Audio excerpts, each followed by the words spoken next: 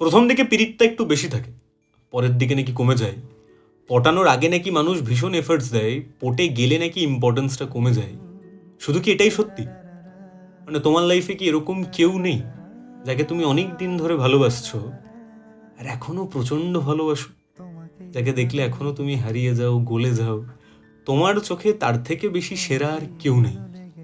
তো যাও না, তাকে একটু ট্যাগ করো, একটা কবিতা শোনাও, সে একটু খুশিই তো হবে। যে দেখলে তোমায় বাগান বিলাস সাজানো ঘরের গেটে, তোমার সাথে এখনো রাজি দেখতে শহর হেঁটে।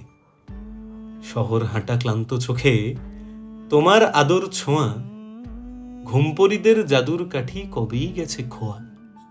কিন্তু তোমার কথায় ঘুমিয়ে পড়ি ভয়েস নোটের দেশে, শান্ত করো বুকের তুফান আমার কাছে এসে।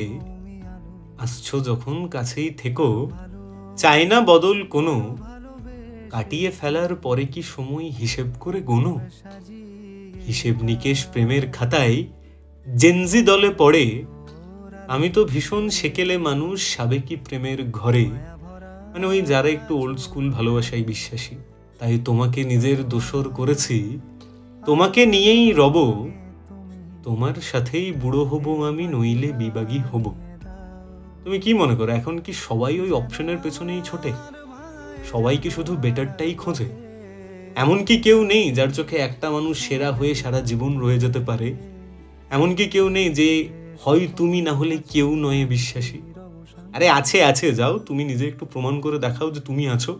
তোমার চোখে একটা মানুষ বহুদিন ধরে সেরা হয়ে আছে, বহুদিন ধরে তাকে ভালোবাসছো, তাকেও শোনাও, নিজে একা শুনে নিলে হবে?